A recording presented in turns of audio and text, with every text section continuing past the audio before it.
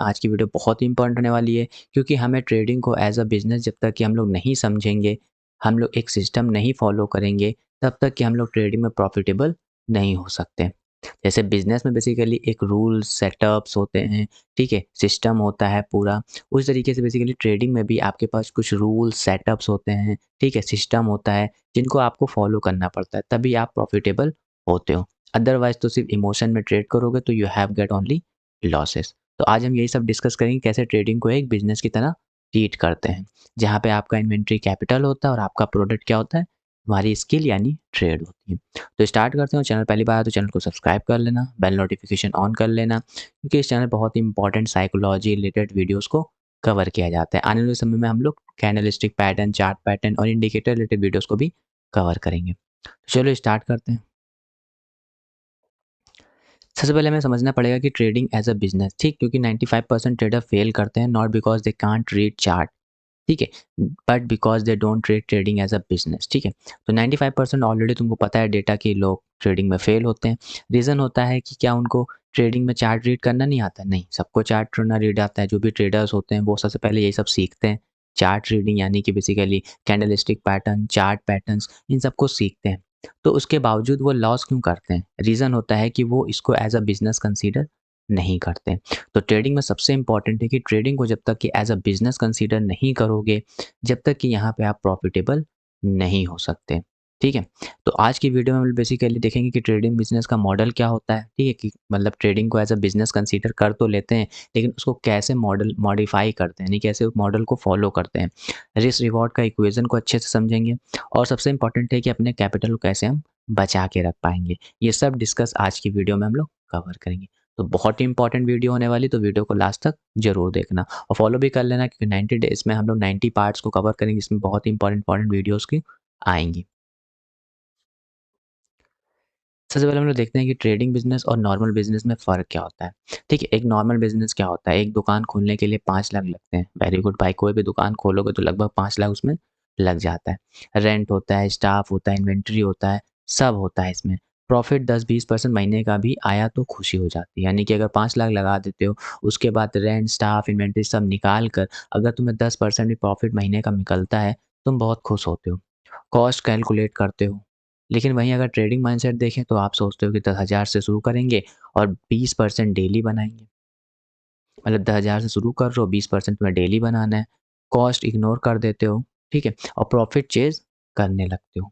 तो it's very important कि कैसे एक नॉर्मल बिज़नेस ही की तरह trading as a business consider किया जाता है।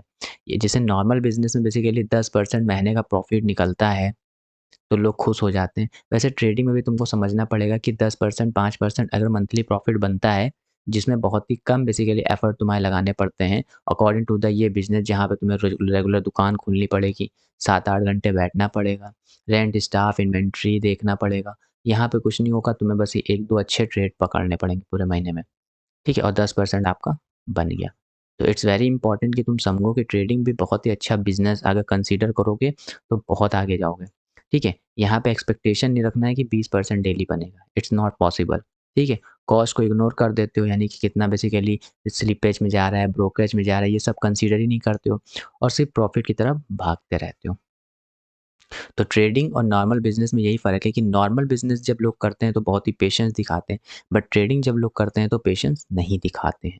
That is the basic difference of the professional trader and the retail trader. ठीक है? तो रियल ट्रेडर बिज़नेस के जैसा सोचता है, वही इंपॉर्टेंट है कि रियल ट्रेडर जो होते हैं, प्रोफेशनल ट्रेडर होते हैं, वो ट्रेडिंग को एज़ अ बिज़नेस कंसीडर करते हैं। जिनको पता होता है कि इतनी मेहनत लगाने के बाद जब वो 10% महीने का निकालता है, और यहाँ पे तो हमें 2-3 बस अच्छे ट्रेड पकड़ने पड़ते हैं पूरे महीने में और हम आसानी से 10% निकाल सकते हैं कैपिटल का। तो यही प्रोफेशनल ट्रेडर को अलग बनाता है रिटेल ट्रेडर से, क्योंकि वो ट्रेडर बिजनेस को कंसीडर करते हैं, कॉस्ट कैलकुलेट करते हैं, प्रॉफिट को चेस नहीं करते हैं, ठीक है। उनका मेन मकसद होता है कि कैसे हम कैपिटल पे प्रॉफिट, कैपिटल पे जो परसेंटेज चाहिए वो निकालें बस, ठीक है। वो प्रॉफिट के पीछे नहीं भागते, नहीं कि रेगुलर प्रॉफिट के पीछे नहीं भागते। तो तुम्हारा माइंडसेट भी ऐसे ही होना चाहिए। जब भी प्रॉफिट करो तो दिमाग में लगाओ कि नॉर्मल बिज़नेस को जब इतना लगाने के बाद वो 5-10% निकालता है महीने का, तो खुश होता है। तुम तो यहाँ बेसिकली बस महीने में 2-3 ट्रेड अच्छी पकड़नी होती है, तुम्हारा 10% कैपिटल ग्रो हो जाता है। तो इट्स वेरी इंपॉर्टेंट कि जब तक कि तुम ट्रेडिंग को एज़ अ बिज़नेस कंसीडर नहीं करोगे, it's never possible to become a profitable. Now move on करते हैं, आगे बात करते हैं रिस्क रिवॉर्ड का रियल मैथ। ये कौन सा, अगर तुम एक ट्रेड में एक पॉइंट का रिस्क ले रहे हो, 2 पॉइंट का प्रॉफिट ले रहे हो, तो तुम्हारा रिस्क रिवॉर्ड क्या होता है, 1:2। अब इसका इंपॉर्टेंट क्या है कि अगर 1:2 रिस्क रिवॉर्ड में तुम फॉलो करोगे 50% के विन रेट के साथ, तो अगर 5 लॉस ट्रेड हुई तो तुम्हारा 1 पॉइंट लॉस हुआ, यानी कि लगभग 5 पॉइंट लॉस हुए। और 5 ट्रेड अगर विन हुई तो हर पॉइंट ट्रेड में 2 पॉइंट कैप्चर कर रहे थे, यानी कि 10 पॉइंट कैप्चर्स हो गए।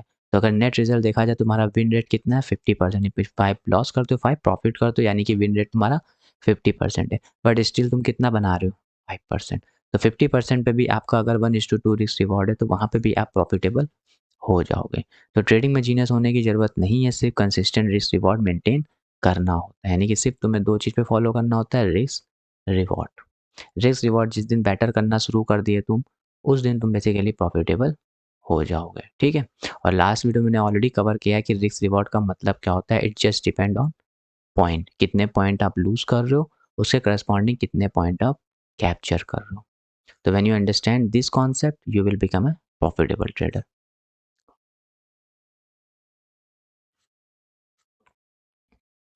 सेकंड सबसे इंपॉर्टेंट चीज़ आती है पोजीशन साइजिंग। कहने का मतलब है कि अगर तुम्हारे पास 1 लाख का कैपिटल है और तुम बेसिकली 10 लाख का ट्रेड ले रहे हो, तो वो जस्टिफाई नहीं करता।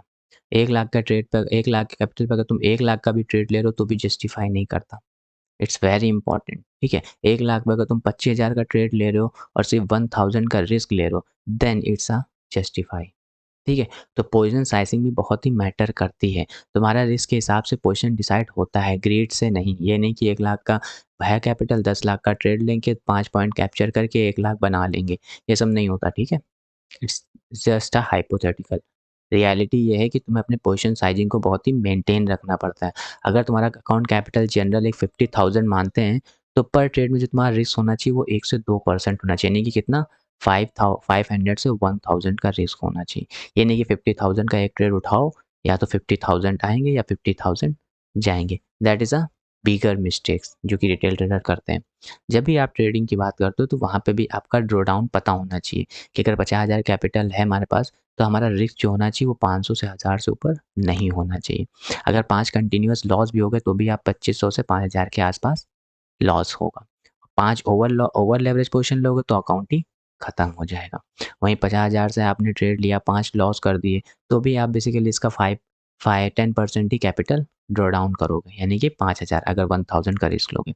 वहीं अगर तुमने लेवरेज ले लिया, 50,000 का ट्रेड ले लिया, उससे क्या नुकसान होगा कि अगर तुम्हारी 2-4 बार पोजीशन गलत हुई, हमारा कैपिटल वाइप आउट हो जाएगा। और यही होती है लेवरेज की सबसे डेंजरस थिंग, ठीक है, कि वो तुम्हें पोजीशन तो बना देता है बहुत हैवीली, बट तुम्हारे अगेंस्ट में ज़रा भी मूव करता है तो तुम्हारा कैपिटल पूरा लिक्विडेट हो जाता है। तो इट्स वेरी इंपॉर्टेंट कि तुम्हें पोजीशन साइजिंग अपनी मेंटेन करनी होगी।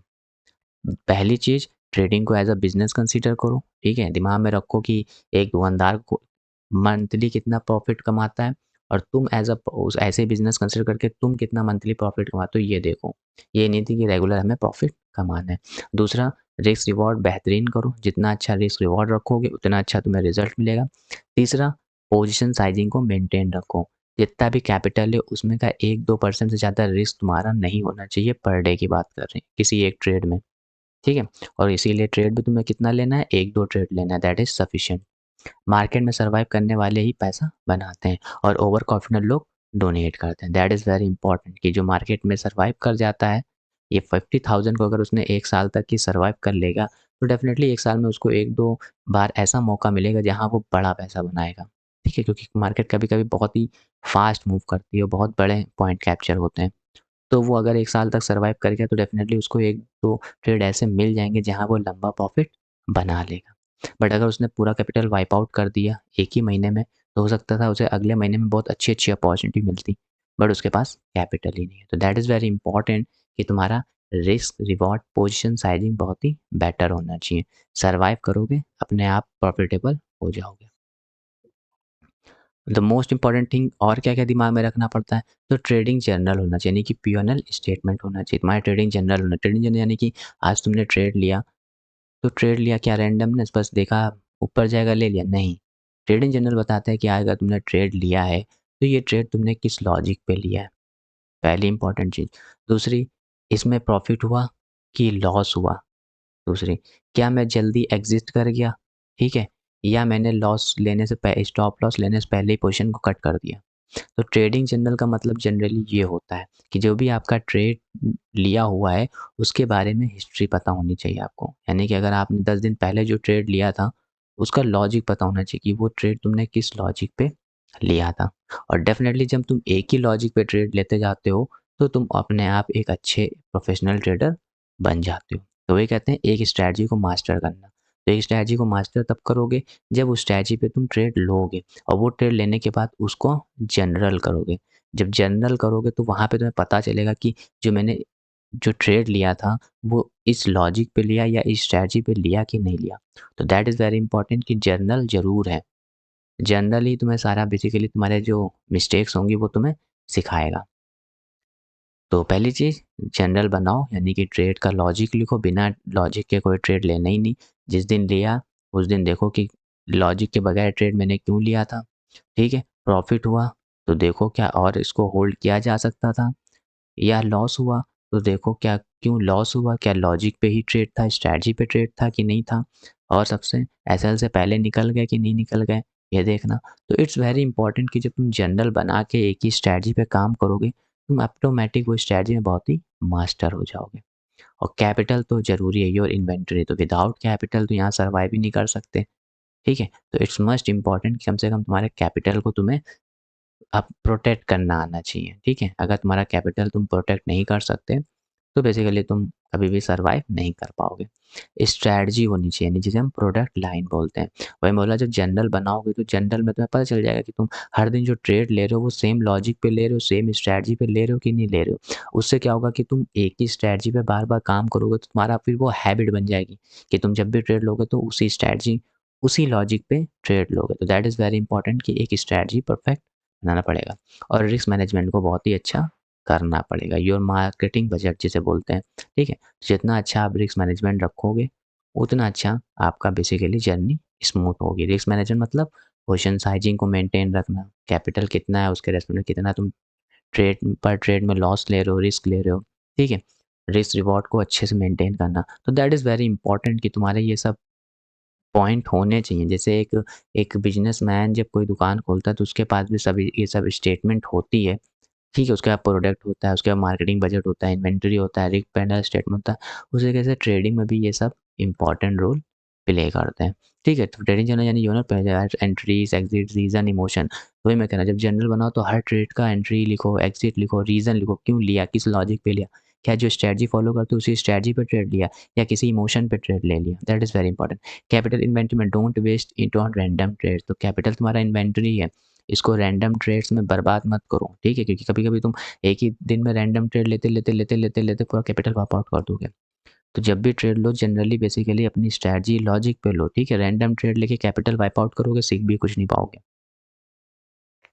स्ट्रैटेजी, ठीक है? टेस्ट करो, रिफाइन करो, एक ही प्रोडक्ट पर बने रहो, ठीक है? तो एक ही स्ट्रैटेजी को बार-बार टेस्ट करते जाओ, ठीक है? उसमें और अच्छे को उसमें और अपग्रेड करते जाओ, ठीक है? उसी में परफेक्ट बनो, तो दैट इज़ वेरी इंपॉर्टेंट। और risk management, marketing budget control करो, हर जगह मत डाल दो पैसा, ठीक है? दैट इज़ वेरी इंपॉर्टेंट कि रिस्क मैनेजमेंट होना चाहिए तुमको। तुम्हें पता होना चाहिए कि यहाँ पे हम ट्रेड ले रहे हैं, तो पहली चीज़ ये हमारी स्ट्रैटेजी लॉजिक पे ट्रेड है कि नहीं है? दूसरी बात अगर ये लॉजिक पे ट्रेड है तो मेरी कैपिटल का पोजीशन साइज़िंग अच्छे से यहाँ पे मैनेज हो रहा है। तीसरी चीज़ क्या बढ़िया एक रिस्क रिवॉर्ड फॉलो कर रहा हूँ मैं इस ट्रेड में। That is very important. जब तक ये सब नहीं होगा तुम ट्रेडिंग में सर्वाइव नहीं कर पाओगे, ठीक है? जैसे ट्रेडिंग में बिज़नेस में सर्वाइव करने के लिए तुम्हें बहुत चीज़ों को मैनेज करना पड़ता है, वैसे ट्रेडिंग में सर्वाइव करने के लिए भी तुम्हें बहुत चीज़ों को मैनेज करना पड़ता है, ठीक है? तो एक देखो एक बिज़नेस माइंडसेट और एक गैम्बलर माइंडसेट का फ़र्क क्या होता है? यानी कि एक ट्रेडर है, अगर वो गैम्बलर है और एक बिज़नेस है, तो अपने आप को पहचानो तुम किस कैटेगरी में आते हो। जो एक ट्रेडर होता है अगर उसका गैम्बलर माइंडसेट होता है तो वो हर दिन प्रॉफ़िट को चेज़ करता है, यानी कि उसको हर दिन प्रॉफ़िट निकालना है। जैसे वो रूटीन बन जाता है कि उसको डेली मार्केट से ₹500 निकालना है, ₹1000 निकालना है। तो इट्स अ गैम्बलिंग, ठीक है? यहाँ पे बिज़नेस है, रेगुलर प्रॉफ़िट नहीं होगा। तो अगर तुम रेगुलर प्रॉफ़िट फ़िक्स कर लोगे कि पर डे हमें 500 1000 निकालना है, तो उस दिन तुम बहुत ज़्यादा ओवर ट्रेडिंग करोगे। क्या पता मार्केट तुम्हारे सेंटीमेंट के खिलाफ जा रहा हो, तो लॉस किए। लेकिन तुमने टारगेट रखा है निकालना है, फिर ट्रेड लिया, लॉस किया, फिर लेकिन तुम्हें टारगेट है तुम्हें निकालना ही है, फिर लॉस करोगे। तो इस तरीके से जिस दिन तुम्हारा मार्केट अगेंस्ट काम करेगा, उस दिन अगर तुम पूरा बर्बाद हो जाओगे। तो दैट इज़ वेरी इंपॉर्टेंट कि गैम्बलर माइंडसेट में प्रॉफिट को चेज़ नहीं करते हैं, ठीक है?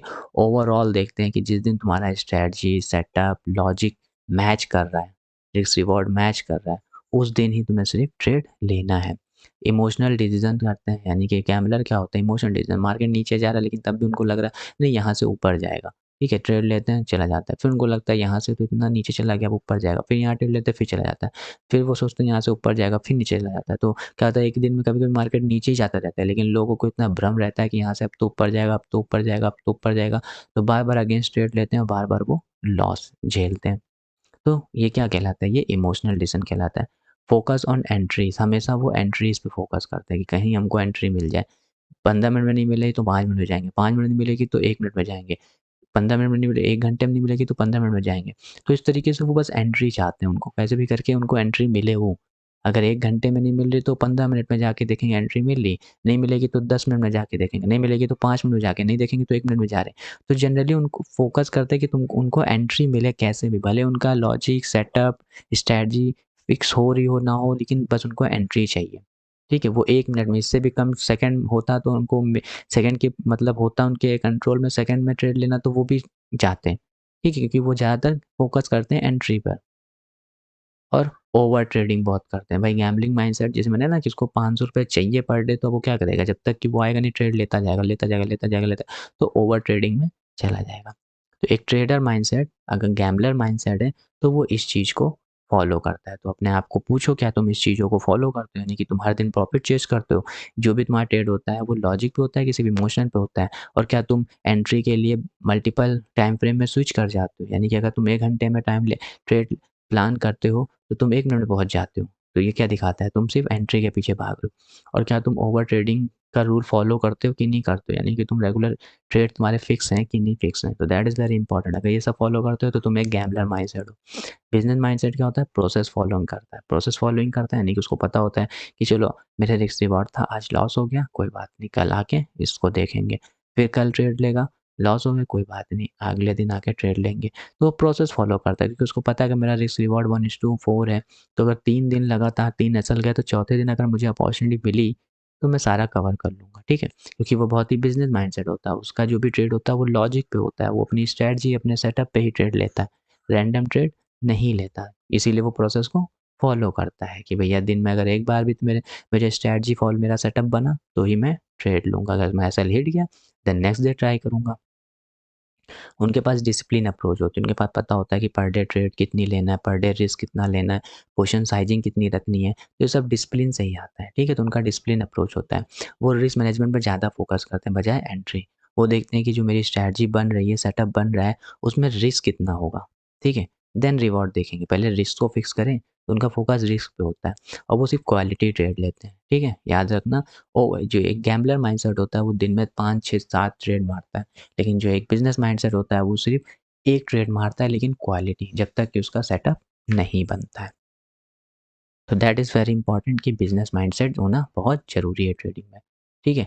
तो उतना तुम अपने बिज़नेस को प्रोसेस बेस्ड बनाओगे जितना, उतना ही तुम कंसिस्टेंट होते जाओगे, ठीक है? तो बिज़नेस प्रोसेस बेस्ड बनाओ, ठीक है? ट्रेडिंग को एज़ अ प्रोसेस समझो।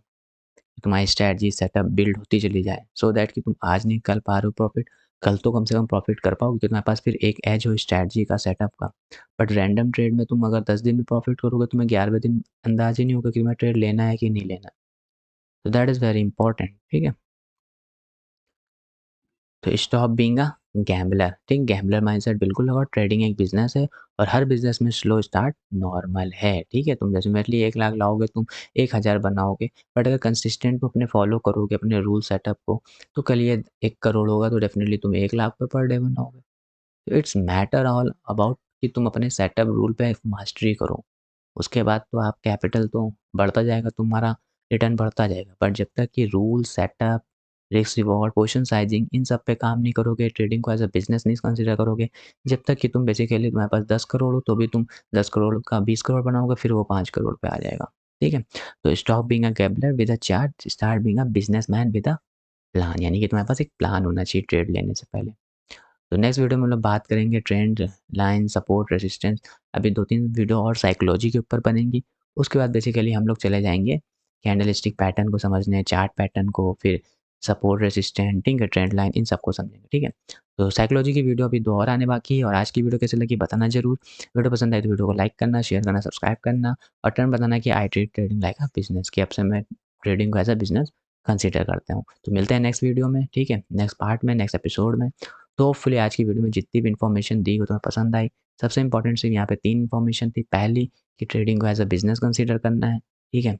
जब तक कि rule, setup, strategy, logic fix ना हो, जब तक कि ट्रेड नहीं लेना है, रिस्क रिवॉर्ड को बेटर करना है, पोजीशन साइज़िंग को मेंटेन करनी है और जनरल बनाना है। General banana in the sense जब भी तुम ट्रेड लो, तुम्हें पता होना चाहिए कि तुमने ट्रेड क्यों, किस लॉजिक पे लिया, रैंडम लिया कि कोई लॉजिक था ट्रेड लेने का।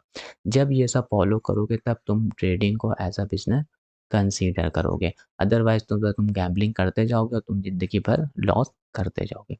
सो होपफुली आज की वीडियो से कुछ सीखने को मिला। तो वीडियो पसंद आई, लाइक, शेयर, सब्सक्राइब करना, अपने फ्रेंड के साथ भी शेयर करना। मिलते हैं नेक्स्ट वीडियो में। Thank you for watching this video. मिलते हैं नेक्स्ट वीडियो में। Till then bye.